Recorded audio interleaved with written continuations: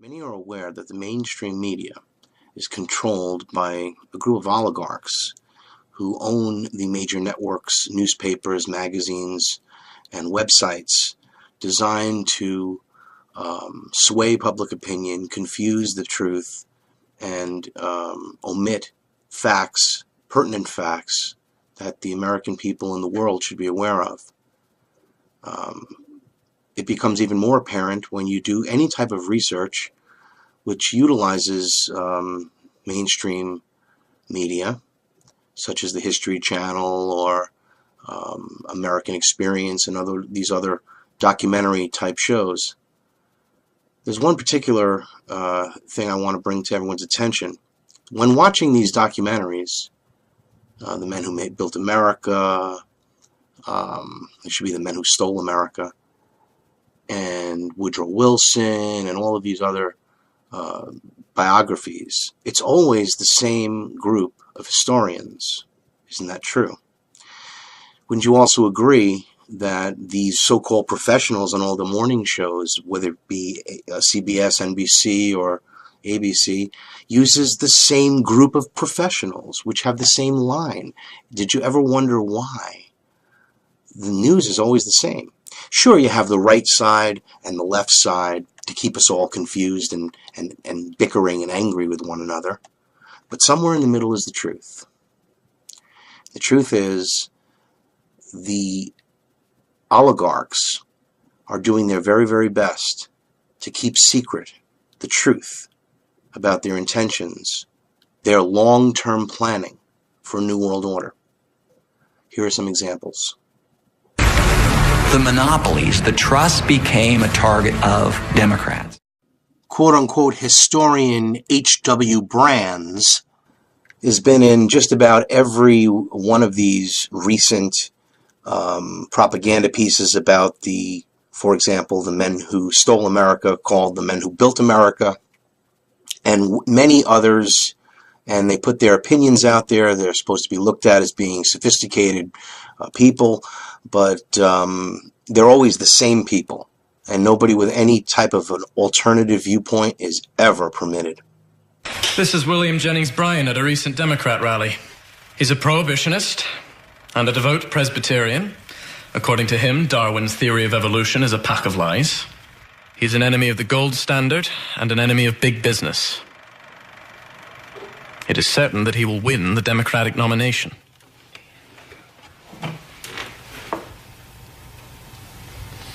What do you think? The Republican Party has a good candidate. No. We have to buy our own president. They take advantage of the strengths. When you have, what relatively speaking is an unlimited amount of money, you can pay people to do almost anything for you. Desperate to protect the empires they've spent their lifetimes building, the Titans throw their full support behind the candidacy of Ohio Governor William McKinley. Again, a tremendous propaganda piece, The Men Who Built America. Not once does it describe the relationship between the Morgan-Rockefeller connection to the Federal Reserve, the fact that they own the majority of shares of the Federal Reserve, and, of course, not one mention of the Rothschild family, who, of course, arranged and funded all of these titans of industry and enslaved the world with central banking, culminating with the Federal Reserve crime syndicate. When Roosevelt became president, he was forced to recognize that he was not the most powerful man in the United States. The most powerful people in the United States were the heads of the big industrial trusts, John Rockefeller, Andrew Carnegie, J.P. Morgan. They operated in a realm that was largely separate from politics. They operated essentially independent of, to some degree, above politics. The power of the mighty industrial overlords of the country has increased with giant strides, while the methods of controlling them or checking abuses remain practically impotent. Of all the forms of tyranny, the least attractive and the most vulgar is the tyranny of mere wealth. Political cartoonists had a field day depicting Roosevelt as the heroic crusader. But the business community denounced his actions as heretical and un-American. The stock market plunged, and conservatives in Congress muttered that the president was a traitor to his class. TR, however, was determined that every American should have what he called a square deal. TR broke the trusts, which was an excellent thing. He settled strikes, he put in social reforms, created some of the alphabet soup that's now become a problem. He dedicated land for preservation. He created the national park system. Much of this conserved land is now owned by the United Nations. The reforms were all well and good. However, the oligarchs outsmarted Roosevelt by creating the foundations, the Federal Reserve Crime Syndicate, and the IRS, to further consolidate and collectivize their power over all aspects of human life. The very thing Roosevelt was fighting against was overcome, and the people were deceived into believing that the Federal Reserve will help to maintain balance and order in the financial system, and that the IRS and the income tax will be for the benefit of the people. And the foundations are benevolent philanthropies, like the Carnegie Institute for Peace, which studies how to make war. Few people in American history have so enjoyed the uses of power, the things you can do with power, the way power makes you feel, as Roosevelt. It was a remarkable marriage of the office and the man. Now, Europe was a vast killing field. Haunted by his childhood experience of the horrors of the Civil War, Wilson became obsessed with creating a new world order. We must choose whether we shall continue to have our affairs dominated and determined by small groups of men, or whether we shall again assert the individual independence of the American people in the conduct of their business and their politics. Wilson promised Americans a new freedom, a new opportunity for the average person to get ahead in the world. The difference between Theodore Roosevelt and Woodrow Wilson at that time was that Woodrow Wilson wanted to enact a very tough antitrust law to break up the big corporations into smaller units. Then the government could sit back and have a kind of self-regulating economy so that smaller business people, the man on the make, he used that phrase a lot, could have an opportunity to realize their full potential. Wilson was fortunate that in his early days in office there was little organized opposition to his plans for change. Again, just like Obama, with all these new regulations and the food czar and the Monsanto ruling the food supply and getting in bed with our government and all these things, if this is where they started with Wilson, and these progressive ideas and ideologies were co-opted and taken over by the foundations and the lies of this antitrust. And it's awesome because he's like this breaking, like Wilson did all this great stuff, breaking, helping with antitrust laws and child labor. But the truth is that it was done in a Hegelian way, since all of the top families, the Rothschilds, the Rockefellers, and their ilk, created these foundations which protect them from this criminal income tax. There's just so much truth that has been suppressed. And that's what you get here, Truth Talk News.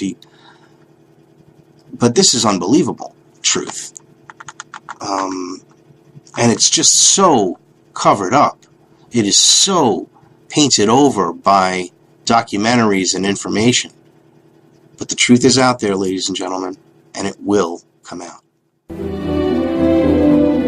In a rapid-fire series of bills, he was able to toughen antitrust laws, win new protections for labor unions, create the Federal Reserve System to make loans more easily available to average Americans, and give government the resources it needed to rein in big business by creating the first lasting income tax. I mean, isn't it true that the income tax was supposed to be a temporary tax?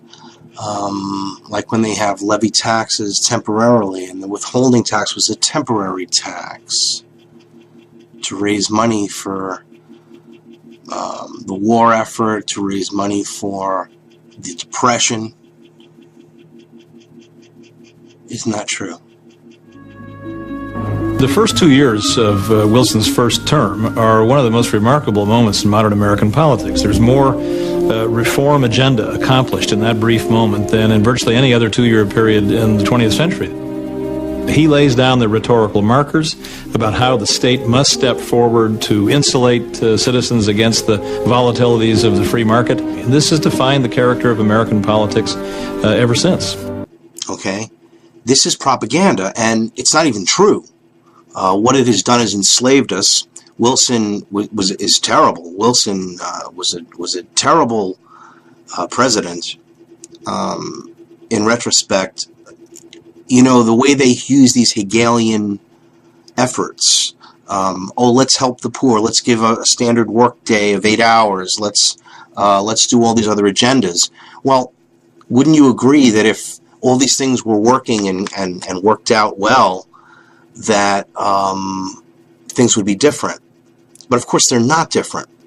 Interestingly enough, when you gauge the growing and ever-growing gap between the rich and the poor, it's undisputable. Before 1913, there were many poor. There was a wide gap. But that gap has gotten even wider. All of the things that were put in place, the income tax, the Federal Reserve, crime syndicates, entire operation, has weakened the American people, has weakened our country by having illusions of growth that are really just bubbles that they burst and then they consolidate more power each time. Wilson's fears about the disloyalty of many elements of American society, particularly recent immigrants, all came rather nastily to the fore almost immediately after the declaration of war, and he allows his Attorney General to undertake some very aggressive prosecutions of the ethnic and immigrant press, to search out and suppress any dissident views about the waging of the war. It's not a lovely chapter in the history of American civil liberties. The Wilson administration began urging American citizens to act as vigilantes and report anyone who spreads pessimistic stories, cries for peace, or belittles our effort to win the war. From concert halls to schools, Beethoven and Brahms, along with all works of German literature, were banned. In Chicago, school children were enlisted to publicize the decree. Every nation in every region now has a decision to make. Either you are with us or you are with the terrorists, the terrorists, the terrorists.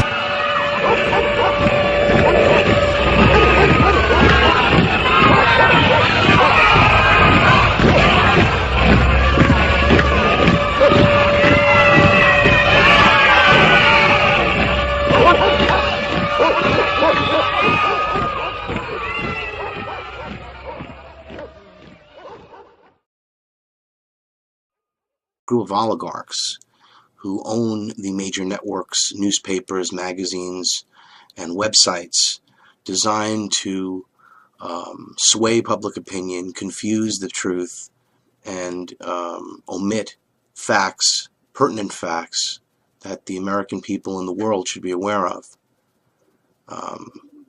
It becomes even more apparent when you do any type of research which utilizes mainstream media, such as the History Channel or American Experience and these other documentary type shows.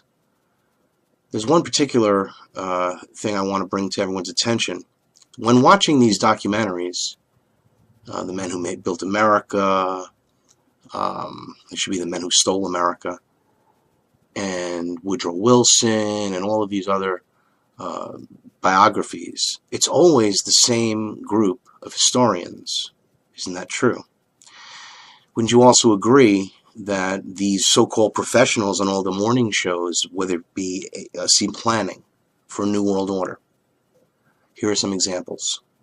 The monopolies, the trust became a target of Democrats.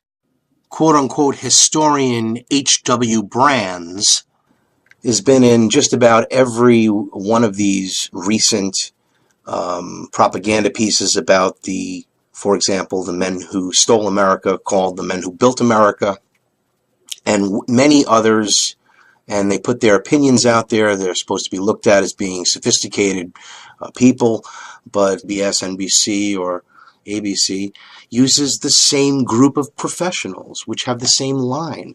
Did you ever wonder why? The news is always the same. Sure, you have the right side and the left side to keep us all confused and bickering and angry with one another, but somewhere in the middle is the truth. The truth is the oligarchs are doing their very, very best to keep secret the truth about their intentions, their long-term.